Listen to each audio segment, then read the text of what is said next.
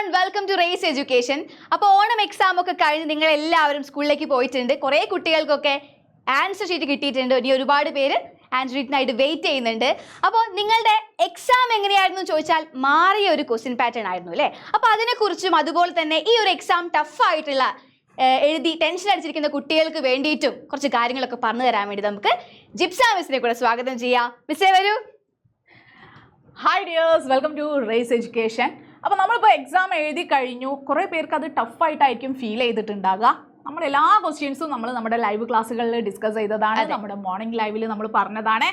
അതുപോലെ തന്നെയാണ് ഒരു ചോദ്യങ്ങളൊക്കെ വന്നിട്ടുള്ളത്. പക്ഷേ എന്തെങ്കിലും ചെയ്ത് പാസ്സാകാം എന്ന് കരുതി വേണ്ട പോലെ പ്രിപ്പയർ ചെയ്യാതെ പോയവർക്ക് എക്സാം വളരെ ടഫ് തന്നെയായിരുന്നു. പിന്നെ പ്രത്യേകിച്ച് പറയാനുള്ളത്, സാധാരണഗതിയിൽ നമുക്ക് ഈസി ആയിട്ട് നമ്മൾ എക്സാം മാർക്ക് സ്കോർ ചെയ്യുന്ന ടൈപ്പ് ക്വസ്റ്റ്യൻസ് ഉണ്ടല്ലോ. ഇപ്പോൾ ഉദാഹരണത്തിന് സഹി മിലാൻ കരെ, ഇനി അതല്ലെങ്കിൽ വാക്യ പിരമിഡ്. ഇത്തവണ വാക്യ പിരമിഡിന് പകരം പദങ്ങൾ എഴുതാനായിരുന്നു. അപ്പോൾ സെന്റൻസ് മേക്ക് ചെയ്യാനാണ്. അപ്പോൾ അവിടെയൊക്കെ എന്തായിട്ടുണ്ട്, ഒന്നിൽ പദങ്ങൾ മേക്ക് ചെയ്യുന്നതിൽ നമുക്ക് അവിടെ മാർക്ക് കൂടിയിട്ടുണ്ട്. 2 മാർക്കിന്റെ ചോദ്യം വരുന്നിടത്ത് 3 മാർക്കായിട്ടുണ്ട്. അതിൽ വലിയ മാറ്റമൊന്നും വന്നിട്ടില്ല. 3 സെന്റൻസ്. പക്ഷെ ക്വസ്റ്റ്യന്റെ ഒരു രീതി മാറി.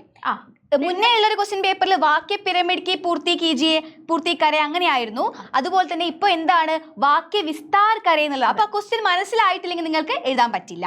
അപ്പൊ എന്തുകൊണ്ടാണ് ആ ഒരു ആദ്യം നമ്മൾ ചെയ്തതിന്റെ ആ ഒരു പിരമിഡിന്റെ ഷേപ്പ് ഒന്ന് ഒഴിവായി പകരം 3 സെന്റൻസ് അവിടെ ചെയ്യണം എന്നേ ഉള്ളൂ. അത് അവിടെ 3 മാർക്ക് നമുക്ക് ഈസി ആയിട്ട് സ്കോർ ചെയ്യാനും പറ്റും. പക്ഷെ നമ്മുടെ സഹി മിലാൻ കരെ എന്നതിൽ കുറച്ച് വ്യത്യാസം വന്നു. അതെ, വളരെയധികം വ്യത്യാസം വന്നു. സത്യത്തിൽ പറഞ്ഞ ഏറ്റവും കൂടുതൽ മാർക്ക് സ്കോർ ചെയ്യുന്ന ഒരു ക്വസ്റ്റ്യൻ ആണ്. എന്ന് വെച്ചാൽ കൂടുതൽ പഠിക്കാതെ എഴുതാൻ പറ്റിയ ഒരു ചോദ്യം തന്നെയായിരുന്നു. പക്ഷെ ഇത്തവണ എന്തായിരുന്നത്, 3 സഹി മിലാൻ കരെ എന്നതിന് നമുക്ക് 4 ഓപ്ഷൻസ് ആണ്. 4 ഓപ്ഷൻസ് തന്നു.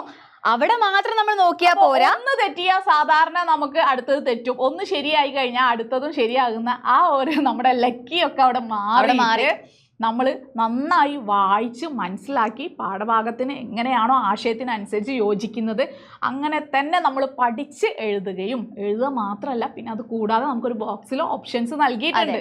ആ ഓപ്ഷൻസിനെ കറക്റ്റായിട്ട് എടുത്ത് എഴുതുകയും ചെയ്തെങ്കിൽ മാത്രമേ നമുക്ക് മാർക്ക് കിട്ടുള്ളൂ. അപ്പോൾ നിങ്ങളിപ്പോൾ ഈ എക്സാമിൽ കുറേ കാര്യങ്ങളൊക്കെ ഇപ്പോൾ നിങ്ങൾ മനസ്സിലാക്കിയിട്ടുണ്ടാകും. അപ്പോൾ ഇനി പറയാനുള്ളത്, ഇപ്പോൾ മാർക്ക് കുറഞ്ഞു പോയാലും നിങ്ങൾ അതിൽ വിഷമിച്ചിരിക്കാതെ നമുക്ക് ഇനി വരുന്നത് സെക്കൻഡ് ടേമിലേക്ക് ഇതിനേക്കാൾ അധികം ചാപ്റ്റേഴ്സ് ആണ്. എന്ന് വെച്ച് ഫസ്റ്റ് ടേമിലെ ക്വസ്റ്റ്യൻസ് ഒന്നും വരില്ല എന്നല്ല. ഒരു 10-12 മാർക്കോളം ഫസ്റ്റ് ടേമിന് ഇപ്പൊ നമ്മൾ 4 ചാപ്റ്റർ പഠിച്ചു, അല്ലെങ്കിൽ ഒരു 5 ചാപ്റ്റർ 4 ചോദ്യം വന്നത്. പക്ഷെ ഇനി അതിലേക്ക് അത്ര കൂടെ ഇരട്ടിയാകാണ് നമ്മൾ ഇനി സെക്കൻഡ് ടേമിലേക്ക് പഠിക്കേണ്ടത്. അപ്പൊ ആ ഒരു ബോധ്യത്തോടു കൂടി തന്നെ വേണം ഇനി പഠിക്കാൻ. അപ്പൊ ഇതുവരെ നിങ്ങൾ 3 ചാപ്റ്റർ അല്ലെ 4 ചാപ്റ്റർ അല്ല, അത് സിമ്പിൾ ആയിട്ട് എക്സാം എഴുതാന്നുള്ള അത് വളരെ ലോങ് പീരീഡ് ഓഫ് ടൈം അവർക്ക് പഠിക്കാൻ കിട്ടുകയും ചെയ്തു അല്ലേ? അപ്പൊ ഇനി നിങ്ങൾക്ക് അത്രയും സമയം കിട്ടില്ല. കാരണം നിങ്ങളുടെ സ്കൂളുകളിൽ യുവജനോത്സവം, അതുപോലെ തന്നെ സ്പോർട്സ്, അങ്ങനെ ഒരുപാട് കാര്യങ്ങൾ വരുന്നുണ്ട്. ഇപ്പൊ നിങ്ങൾ വല്ലാതെ അങ്ങോട്ട് എൻഗേജ്ഡ് ആകും. നിങ്ങളുടേതായ ഒരു എന്താ പറയുക, സ്കൂൾ ലൈഫ് ആസ്വദിക്കാനായിരിക്കും ഇനിയുള്ള ദിവസങ്ങളിൽ നിങ്ങൾ മാക്സിമം ചിന്തിക്കുക. പക്ഷെ ഇതിനിടയിലൊക്കെ നിങ്ങളുടെ ചാപ്റ്റേഴ്സ് ടീച്ചേഴ്സ് പറഞ്ഞ് എടുത്ത് തീർത്തിട്ടും ഉണ്ടാകും. പക്ഷെ നമുക്ക് എക്സാം വളരെ ഇമ്പോർട്ടൻ്റ് ആണ്.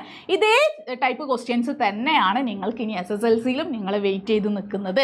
അത്ര ഈസി ഒന്നും ആയിരിക്കില്ല എന്ന് മാത്രമല്ല, നിങ്ങൾ ആനുവൽ എക്സാം ഇപ്പൊ ഈ എക്സാമിന് നിങ്ങൾക്ക് 30% മാർക്ക് സ്കോർ ചെയ്യാൻ പറ്റിയില്ലെങ്കിൽ നിങ്ങൾ തോറ്റു എന്ന് തന്നെയാണ് അർത്ഥം. അപ്പൊ ഇതിന് നിങ്ങൾക്ക് അധിക ക്ലാസ്സുകൾ സ്കൂളിൽ നിന്ന് നൽകുകയും നിങ്ങളെ കൊണ്ട് റീടെസ്റ്റ് എഴുതിപ്പിക്കുകയും ഒക്കെ ചെയ്യും. അപ്പൊ നമ്മൾ ഇനിയും വെറുതെ അതും നമുക്കൊരു നഷ്ടം തന്നെയാണ് അല്ലേ? നമ്മുടെ ടൈം തന്നെയാണ് ഈ അധിക ക്ലാസ്സിന് വേണ്ടിയിട്ട്. അപ്പൊ ഒരുപാട് സബ്ജക്റ്റിലൊക്കെ തോൽക്കേണ്ടി വന്നുള്ള അവസ്ഥ എന്താണ്? 1-2 സബ്ജക്റ്റ് ആണെങ്കിൽ നമുക്ക് അതിനെ കുറച്ചുകൂടി ടൈം കൊടുത്ത് പഠിച്ച് എടുക്കാം. പക്ഷെ ഒരുപാട് സബ്ജക്റ്റിൽ തോറ്റു കഴിഞ്ഞാലൊക്കെ അത് വളരെ ബുദ്ധിമുട്ടാണ്. അപ്പൊ നിങ്ങൾ സൂക്ഷിക്കുക. ഇനി ക്രിസ്മസ് എക്സാമിനെങ്കിലും നമുക്ക് ഇപ്പം കുറഞ്ഞു പോയിട്ടുണ്ടെങ്കിൽ അതിനെ കൂടി നമുക്ക് മേക്കപ്പ് ചെയ്ത് എടുക്കണം. ക്രിസ്മസ് എക്സാമിന് ഉറപ്പായിട്ട് നിങ്ങൾക്ക് ആ ഒരു മാർക്ക് കുറഞ്ഞു പോയിട്ടുള്ളവരാണെങ്കിൽ മാർക്ക് കൂട്ടാൻ വേണ്ടിയിട്ട് ഇപ്പോഴേ ശ്രമിച്ചു തുടങ്ങണം. അതുപോലെ തന്നെ ഇപ്പം ക്വസ്റ്റ്യൻ പാറ്റേൺ ഒക്കെ ഏകദേശം ഒന്ന് മനസ്സിലായിട്ടുണ്ട്. അപ്പോൾ എന്ത് ചെയ്യുക, ഈ ക്വസ്റ്റ്യൻ പാറ്റേൺ തന്നെയായിരിക്കും, നമുക്ക് ഇതേ ഒരു പാറ്റേൺ തന്നെയായിരിക്കും, പക്ഷെ ഡിഫറെന്റ് ക്വസ്റ്റ്യൻ ആയിരിക്കും. അപ്പോൾ പാറ്റേൺ മനസ്സിലാക്കിയത് കൊണ്ട് മാത്രം കാര്യമുണ്ടോ എന്ന് ചോദിച്ചാൽ മാത്രമല്ല മിസ്സമ്മേ, ടേം എക്സാമിലും മാത്രമല്ല ആനുവൽ എക്സാമിലും നിങ്ങൾക്ക് 30% 100% മാർക്ക് സ്കോർ ചെയ്യാൻ പറ്റിയില്ലെങ്കിൽ നിങ്ങൾ ഫെയിൽ ആകും. വെക്കേഷൻ ടൈമിലും കഴിഞ്ഞ വർഷം ഒരുപാട് കുട്ടികൾ സ്കൂളിലേക്ക് പോയി അല്ലെ, സ്കൂളിൽ അധിക ക്ലാസ്സുകൾ അവർക്ക് നൽകി, അവർ വീണ്ടും റീടെസ്റ്റ് എഴുതി, അതിൽ പാസ്സായിട്ടാണ് അവർ അടുത്ത ക്ലാസ്സിലേക്ക് പ്രൊമോട്ട് ചെയ്തത്. അപ്പൊ ഈ കാര്യങ്ങളൊക്കെ ഒന്ന് നിങ്ങളുടെ മനസ്സിൽ നിങ്ങൾ മനസ്സിലാക്കി വെക്കുക. ഇത് ഈ ഒരു ബോധത്തോടു കൂടി നമുക്ക് പഠിച്ചു തുടങ്ങാം. ഇനി നമുക്ക് പഠിക്കേണ്ട ചാപ്റ്റേഴ്സ് ആണ് ഇവിടെ പറയുന്നത്. അതെ, ഇനി നമുക്ക് നമ്മുടെ സെക്കൻഡ് ടേമിലേക്ക് നമ്മൾ ഓൾറെഡി പഠിച്ചു കഴിഞ്ഞ ചാപ്റ്റേഴ്സ് ആണ്. യെസ്, ജട്ട്പട്ട് ഓർ നട്ട്കട്ട്, बहुत दिनों के बाद, भूटी काकी, घर फूल. ഈ ചാപ്റ്റേഴ്സ് ആയിരുന്നു നമ്മുടെ ഫസ്റ്റ് ടേം എക്സാമിന് ഉണ്ടായിരുന്നത്. അപ്പൊ ഇനി നമുക്ക് ഫൂല് വരെ നമ്മളിപ്പോ പഠിച്ചു. ശരിക്കും നല്ല രീതിയിൽ റിവൈസ് ചെയ്തൊക്കെ പഠിച്ച് റിവിഷൻ ഒക്കെ ചെയ്തതാണെങ്കിൽ ഫൂല് വരെ നിങ്ങൾ പഠിച്ചു. ഇനി നിങ്ങൾക്ക് അടുത്ത ടേമിൽ ഇതൊന്ന് റിവിഷൻ ചെയ്യാനേ ഉണ്ടാകാൻ പാടുള്ളൂ. ശരിക്കും അങ്ങനെയാണ്. ഇനി നമ്മൾ പ്രധാനമായിട്ടും ഫോക്കസ് ചെയ്യേണ്ട, അതായത് നമ്മുടെ ക്രിസ്മസ് എക്സാമിന് നമുക്ക് വരാൻ ഏറ്റവും കൂടുതൽ മാർക്ക് വരുന്ന ചാപ്റ്റേഴ്സ് ആണ് ഇനി നമ്മൾ പറയാൻ പോകുന്നത്. ഓക്കെ, അപ്പൊ അതിൽ ഈ കൈ തീൻ ഹം ഏക് ഹേ എന്ന യൂണിറ്റില് ആദ്യം വരുന്ന ചാപ്റ്റർ ജബ് ഗാന്ധിജി കി ഖടി ചോരി ചലി ഗയി എന്ന ലേഖാണ്. വളരെ രസകരമായിട്ടുള്ള ഒരു പാഠഭാഗമാണ്. അപ്പൊ ഇതിനെ നല്ലൊരു കഥ അല്ലെ, കഴിഞ്ഞു പോയ ഗാന്ധിജിയുടെ ജീവിതത്തിലെ ഒരു ഭാഗം മനസ്സിലാക്കുക. നല്ല കഥ പോലെ കേട്ടിരിക്കാവുന്ന ഒരു പാഠഭാഗമാണ്. പക്ഷെ ഈ കഥയിൽ ഒരുപാട് ചോദ്യങ്ങൾ ഉണ്ടാവും കേട്ടോ. അതെ, നെക്സ്റ്റ് ചാപ്റ്റർ ജൻ ജൻ കാ ചെഹ്റ ഏക്, മുക്തിബോധിന്റെ ഒരു കവിതയാണ്. നല്ല എന്താ വെച്ചാൽ നമ്മുടെ ലൈഫിനെ പറ്റി അല്ലെങ്കിൽ നമ്മൾ എങ്ങനെ ആയിരിക്കണം ഒരു കമ്മ്യൂണിറ്റി എന്നതിനെ കുറിച്ച് നമുക്ക് പറഞ്ഞു തരുന്നതിനാണ് ഈ കവിത. അതെ, പക്ഷെ ഇതെന്താ വെച്ചാൽ അത്ര സിമ്പിൾ അല്ല.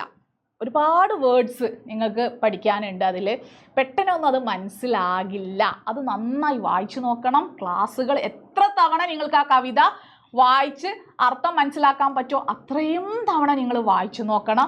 ഞാൻ നേരത്തെ പറഞ്ഞ ആ സഹി മിലാൻകരയിലെ ഈ ഒരു കവിതയിൽ നിന്നും ആശയവും അതിനോടൊപ്പം 4 മാർക്കിന് അത്ര തന്നെ ഇമ്പോർട്ടൻ്റ് ആയിട്ട് ചോദിക്കുന്ന ഒരു ചോദ്യമാണ് സഹി മിലാൻകരെ. അപ്പൊ ഇതൊക്കെ നമുക്ക് മാച്ച് ചെയ്യണമെങ്കിൽ നന്നായിട്ട് അത് വായിച്ച് പഠിച്ചിരിക്കണം.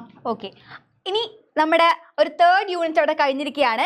4th യൂണിറ്റിൽ കാമിയാബി കി രാഹ് പർ എന്ന നമ്മുടെ 4th യൂണിറ്റിൽ നമുക്ക് 3 ചാപ്റ്റേഴ്സ് ആണ് പഠിക്കാനുള്ളത്.